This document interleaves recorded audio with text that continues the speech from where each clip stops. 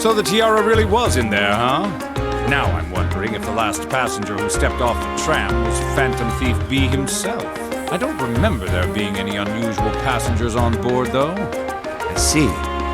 So you have no idea who Phantom Thief B could have been then? To have done so much and yet left no trace of his presence. He must truly be a master at covering his tracks.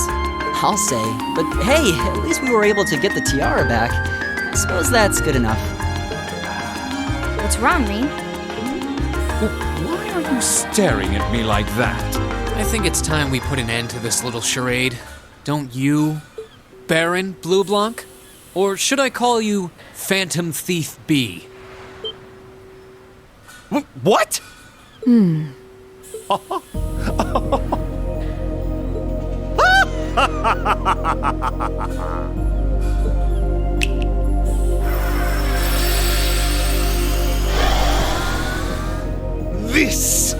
This savory taste is why the unripe fruit is the most delectable of all. Wait, aren't you the Baron we met earlier? But that mask... That's the mask of Phantom Thief B! Allow me to introduce myself once again. I am Phantom Thief Bleublanc, otherwise known simply as Phantom Thief B. Baron Bleublanc is but one of the many roles I have assumed during my pursuits. Incidentally, might I ask when you first discovered my true identity? It didn't really take much discovering. You went out of your way to show up in the Crystal Garden after all. Now, maybe it's just me, but I find it hard to believe you were seriously trying to hide your identity to begin with. Your disguises? Nothing short of perfect, I have to admit.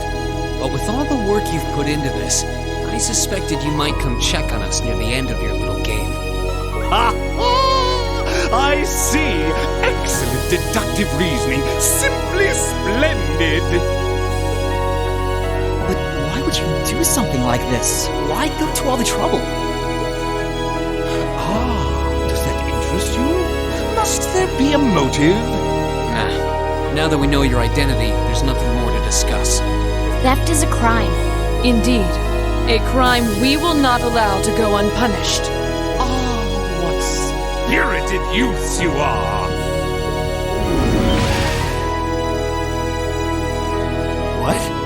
How did he do that? Just a little trick I like to keep up my sleeve.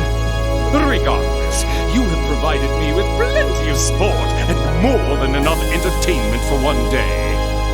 I'll be watching your future achievements with keen interest. Ladies and gentlemen, until we meet again, I bid you adieu.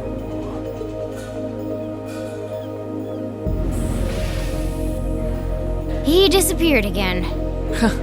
That's quite a little trick. He might still be nearby. Let's search the area.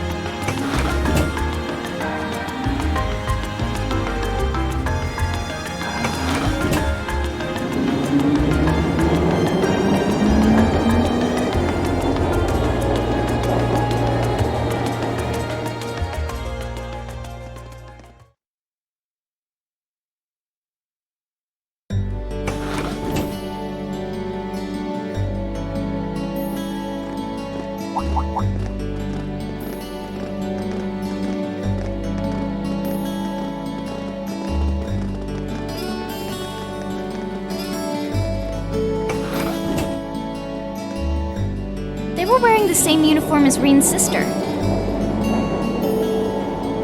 Yeah, they must go to St. Estrella too. So, the famous St. Estrella Girls' School is around here, huh? It's supposed to be a combined middle and high school exclusively for the young ladies of the nobility. Yeah, this is one part of the capital that the masses have no reason to visit. Although, I can at least support the school's commitment to fostering chastity and rejecting materialism. You seem to know an awful lot about a fancy girls' school. No, I don't. This is all just common knowledge. Anyway, let's go and wait by the front gate. Yeah, those were the instructor's orders. I'm feeling kind of nervous, actually. Why would you? To men, this academy must seem clad in the mysterious, impenetrable aura of feminine nobility.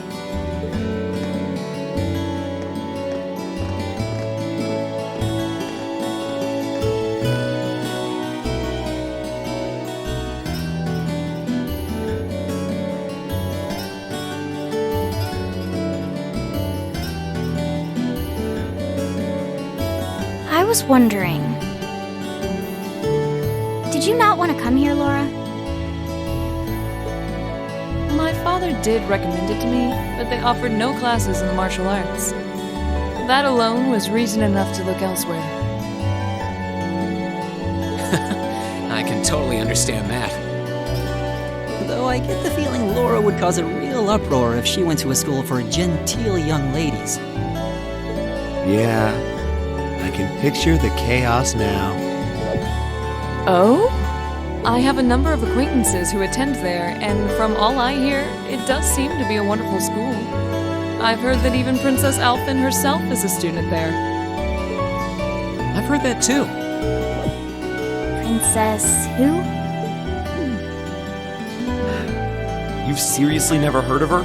I know you're not from Erebonian, but even still.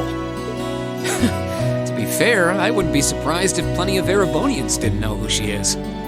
Princess Alfin is the daughter of our reigning emperor, His Majesty Emperor Ugent. She's supposed to be as sweet as an angel and popular with everyone. Is that so? Actually, I believe she's the same age as Fee. I've had the opportunity to meet her once before. She truly is as charming as the rumors suggest. I figured as much. I've seen photographs of her plenty of times in magazines, though I've never had the opportunity to meet her. Sounds like she's in the same school year as Elise, come to think of it. She has a twin brother, too, Prince Cedric. He's the crown prince of Erebonia. Oh, right. I think I've seen a picture of the prince in a magazine before. Dark blonde hair, like Eustace's brother, right? Oh, I think you're thinking of Prince Oliver. He's Cedric and Alfin's older brother. Why isn't he the crown prince then? I've heard the reason is that his mother was a commoner. It seems like a stupid reason to deny him the right of succession, but that's how nobles do things. I feel like I've been hearing his name a lot lately. He made a big splash when he came back from Liberl aboard that airship. You know the one, right? You must be referring to his return aboard the Arcel, after the crisis in Liberl was put to rest. Yeah, I remember seeing that. It really made a big impact. I'd never seen an airship that looked so white and elegant before.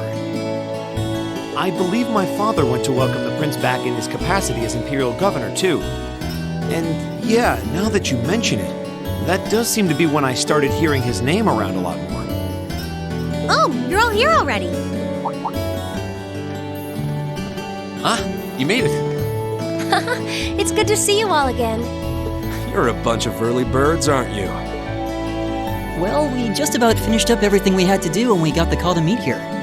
Were you able to finish up everything on your end, too? As if we'd leave any loose ends. If not for our unfamiliarity with the city, we would have been finished this morning.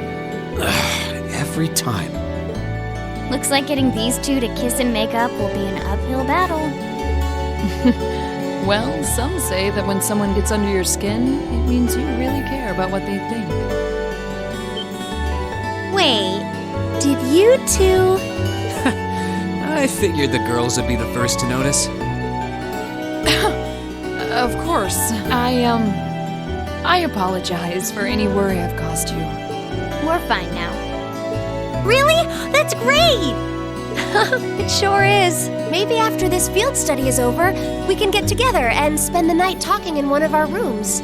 Sounds good. The thought of a Class 7 pajama party makes me a little embarrassed. That's girls for you. Girls and sleepovers go together like jam and toast, huh?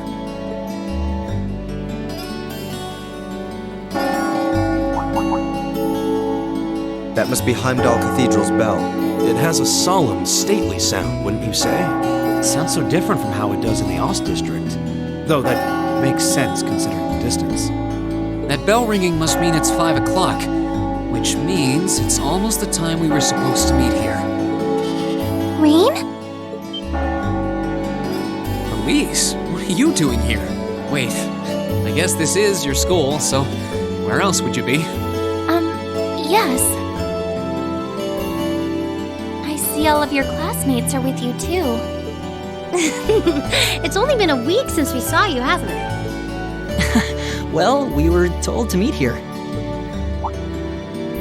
Wait a minute. Are you the ones? The 9 guests I was told to expect at 5 o'clock sharp? Well, there are 9 of us in Class 7. Wait, what? Then that would mean you're the one we were told wanted us to come here? Actually, I suspect that would be a friend of mine.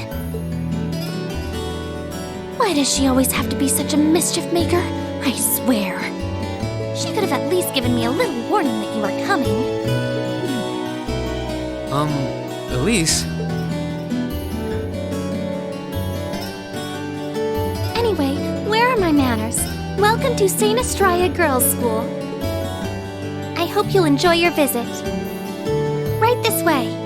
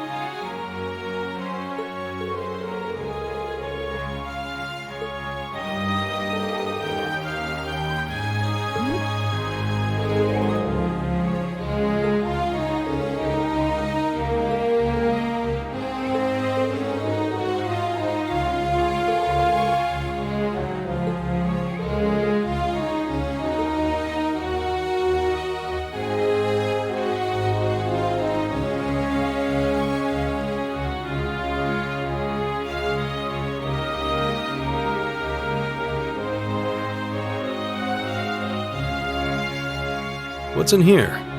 It looks like an indoor garden. This is the Academy's rose garden. The person who called you here is waiting inside. Who did call us here anyway? Whoever they are, they must have considerable social standing. Your Highness, I brought the guests. Thank you. Please show them in. Oh, No way. Hey, Elise, is that... You don't need to ask when you already know. Now, if you'll follow me.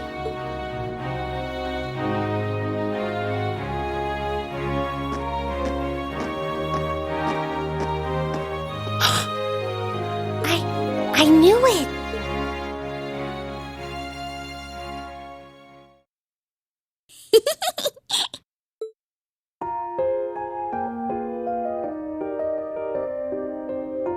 Welcome, ladies and gentlemen of Class 7. My name is Alfin. Alfin Rice Arner. It's a pleasure to meet all of you.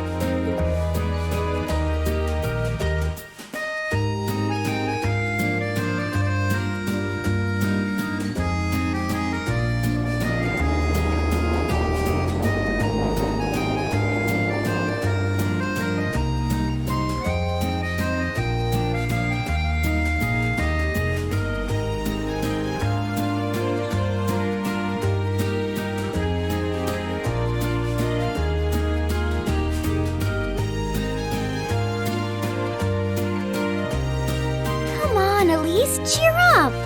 I'm sorry, alright? I was only trying to tease you a little. Don't you have something you wanted to discuss with everyone? Please, go right ahead. Well, that aside, it's been a long time since I last saw both of you, Eustace and Laura. I'm glad to see you're both well. Likewise, Your Highness. You've become even more fetching since we last met. Aw, thank you! I was rather hoping that you'd decide to enroll in Saint Estraya too. But it seems you chose to attend Thor's after all. Well, I've committed myself to following the way of the sword, and Thor's gives me a place to hone my skills. I apologize for not being able to live up to your expectations. First I lost Angelica to Thor's, then you too. Perhaps I should just transfer there next year myself. Your Highness. Got you to look! But I... Well, she seems lively. She seems far more easygoing than I was expecting. I've heard plenty about her, but none of that prepared me for meeting her in person. So, this is what it's like to be in the presence of royalty. It's actually rather overwhelming. I can see why people always compare her to an angel. Me too.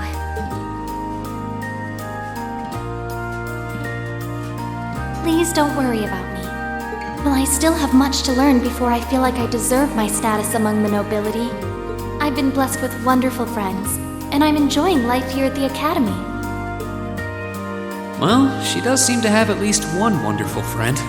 Kind of an understatement when that friend happens to be Princess Alfin.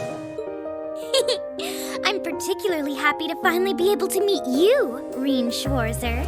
Elise has told me so much about you. Your Highness! I'm honored that you'd say so. Elise always mentions in her letters what a great friend she has. As her brother, I wanted to thank you for that. Reen? Oh, it's so refreshing. You're every bit the person Elise says you are. Perhaps even more so. Huh? Actually, I have a teensy-weensy favor to ask. Do you think I could join Elise in thinking of you as my dear brother as well? What? Your Highness! You see, Elise has spoken of you so often that in my heart, you've already come to feel like family. And now that I've had the opportunity to meet you, I fear I simply can't suppress these feelings any longer. I have 2 brothers already, of course, so I'm sure it won't take long to adjust. I couldn't possibly. That's enough, Your Highness. Aw, don't be so stingy. Surely it wouldn't hurt to share him with me a little. Anyway, that aside, the reason I called you here today was not to talk with me. There is someone else who would like to meet you. Why? It's not like we're famous. Who do you mean?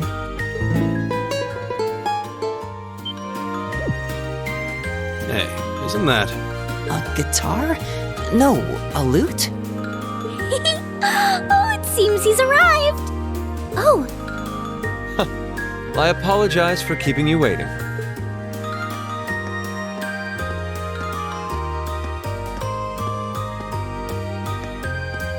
it's a pleasure to see you again.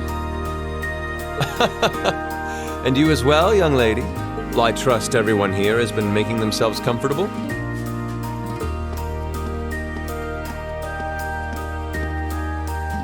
Who's this guy? I'm not sure, though I feel like I've seen him somewhere before. I serve as a music instructor in the hallowed halls of this fine academic institution. In truth, I am ever on the hunt for that elusive mayfly we call love. But that might raise eyebrows at a girls' school. But whose pulse would not quicken wandering into this untainted cloister of dew-eyed maidens? Ah, the romance. Could he be? I think that's quite enough. Any more of that and our guests may start edging toward the exit. Ah, I can always count on you to never miss a beat, my dear sister. Oh, wait. So this is... Wow. Indeed.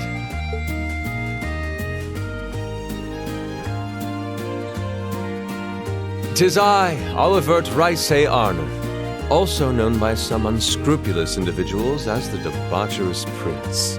I also serve as Thor's Military Academy's ornamental chairman of the board. It's a pleasure to finally meet you, ladies and gentlemen of Class 7.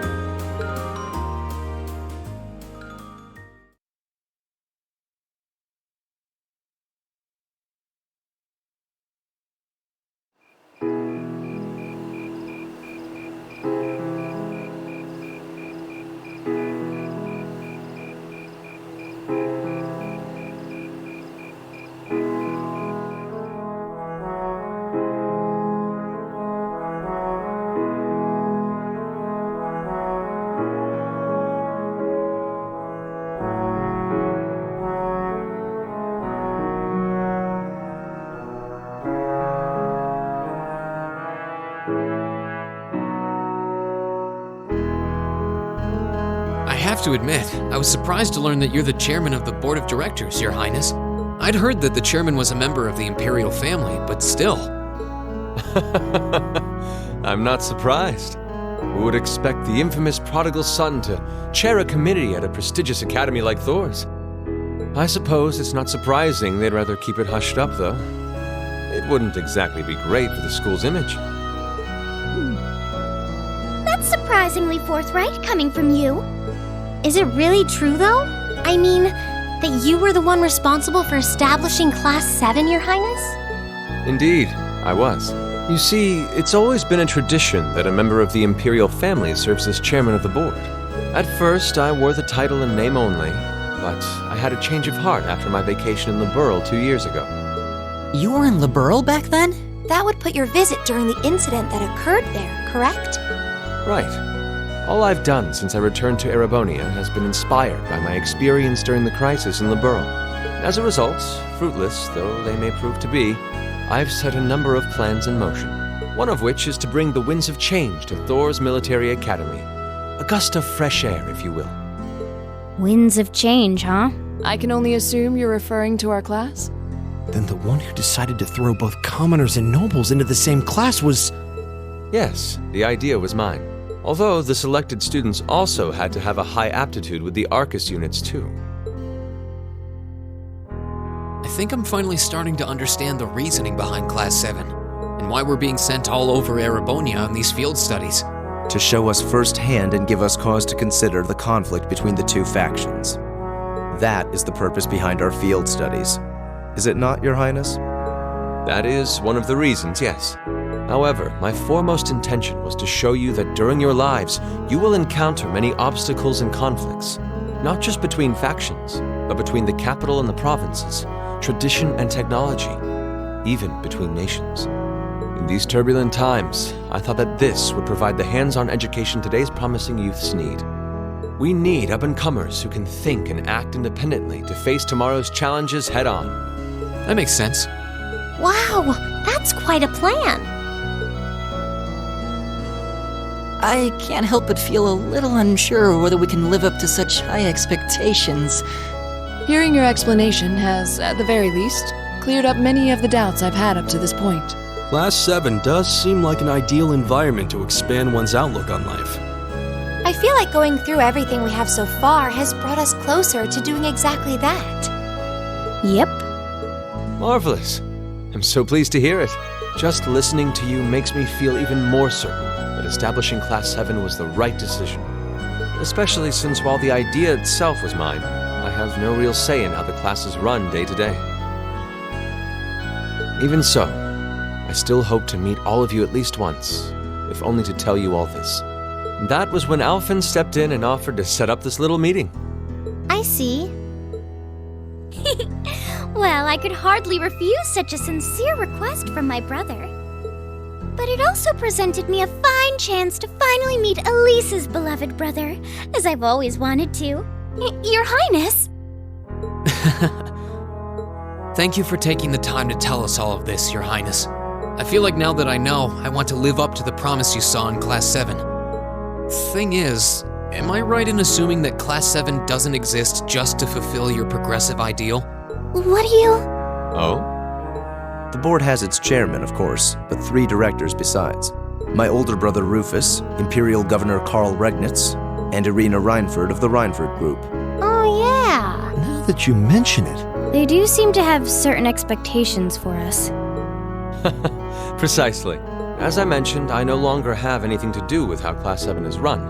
That authority lies with the directors. As you're keenly aware, Rufus and Governor Regnitz sit on opposite sides of the factional divide.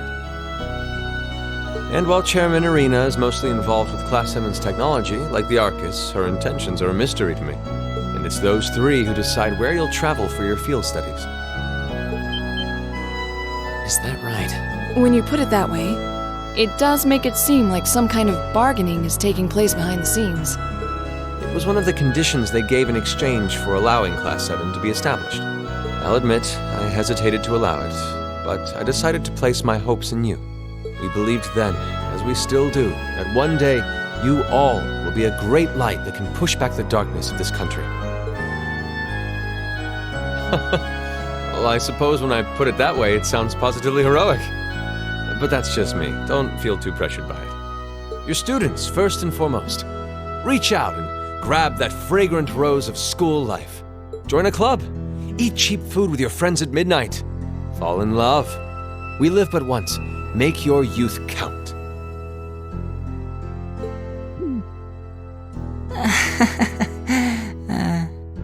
You know, it's weird, but hearing you say that kind of takes a load off my mind.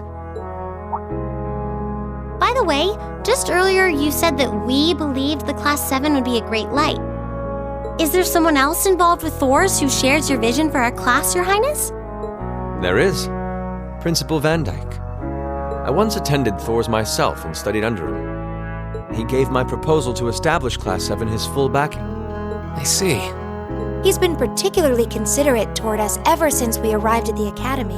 While he has no direct control over the running of the Academy, he does preside over the board meetings. And above all, he's the one who assembled an excellent team to give you first-rate training. An excellent team, you say? Are you referring to Instructor Sarah? Well, she's certainly one of them. Still, coaxing her away from her former line of work certainly played a large part in giving Class 7 a great foundation. She is, after all, one of the strongest people in the Empire, and her experience makes her a natural field leader. Wait, what? Instructor Sarah? One of the strongest people in Erebonia? exactly what experience might you be referring to? I've even heard rumors of her daring exploits myself. She was known as the Purple Lightning. Doesn't that sound exciting? Wait. Purple Lightning? I knew it. If you 2 have heard of it, it must be a household name among martial artists. That's right. Though I've just heard it in passing. Ah, that young ace of the Erebonian Bracer Guild, and one of the Empire's most famous bracers. She has a history full of brave feats and dangerous deeds. She was even the youngest bracer to achieve A-rank status. Back then, she was known as the Purple Lightning. Now, you know her simply as your homeroom teacher.